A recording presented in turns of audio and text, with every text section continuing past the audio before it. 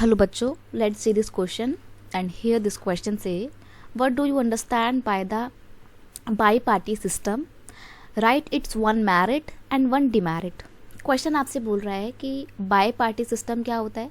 देखो बेटा, इसको बाई पार्टी सिस्टम भी बोलते हैं, टू पार्टी सिस्टम भी बोलते हैं, नाम सेम ही है। आपको बाई पार्टी सिस्टम के बारे में बताना है और इसकी मेरिट और डिमेरिट के बारे में बताना है, और यही इस क्वेश्चन का की कॉन्सेप्ट है। तो सबसे पहली बात, बाई पार्टी सिस्टम क्या है, या इसको टू पार्टी सिस्टम भी बोलते हैं। It is a system where two major political parties dominate the government, यानी कि एक देश में सिर्फ दो पॉलिटिकल पार्टी होंगी, वही दो मेजर पॉलिटिकल पार्टी होंगी जो गवर्नमेंट में अपना डोमिनेंस बनाए रखती हैं। Any one political party hold the majority in legislature.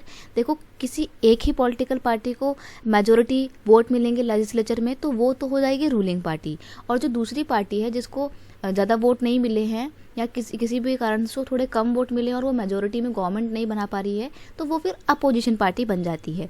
तो ये दो ही पार्टी होती हैं, एक होती है रूलिंग पार्टी और एक होती है अपोजिशन पार्टी। अब आप सोच रहे होंगे कि मैडम ये सिस्टम कहीं पे फॉलो किया जाता है, तो इसके एग्जाम्पल भी हैं। एग्जाम्पल क्या है वो नोट कर लीजिए आप।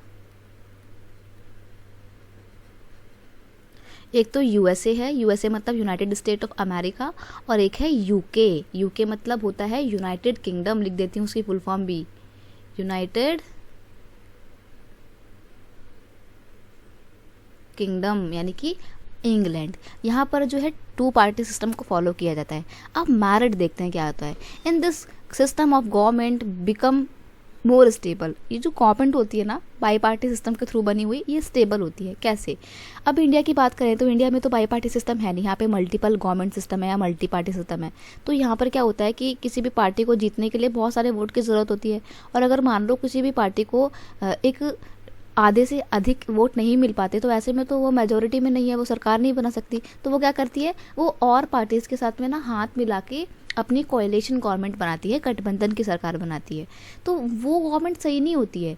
क्यों नहीं सही होती है? क्योंकि उसमें ना बड़ी इनस्टेबिलिटी बनी होती है। हर बार धमकी देती रहती है दूसरी पार्टी, जो छोटी मोटी होती हैं, जो हाथ मिला के बनी होती है बड़ी पार्टी के साथ, कि अगर आपने हमारी बात नहीं मानी तो हम आपसे अपना सपोर्ट वापस ले लेंगे, आपको जो है आपका सरकार गिर जाएगा। तो ऐसे में क्या होता है ना, बड़ी इनस्टेबिलिटी होती है, गवर्नमेंट अपने मन से काम नहीं कर पाती है। लेकिन बाई पार्टी सिस्टम में क्या होता है कि भाई या तो आर या पार, यानी कि जीतोगे या फिर अपोजिशन पार्टी बनोगे, तो गवर्नमेंट स्टेबल होती है।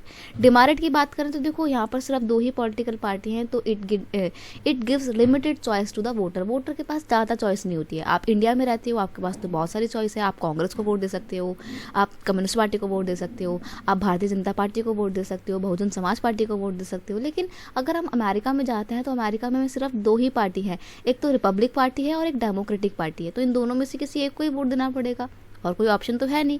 तो वोटर्स के पास चॉइस कम हो जाती है बाई पार्टी सिस्टम में। तो ये एक डिमेरिट है। I hope you understand it well. Best of luck.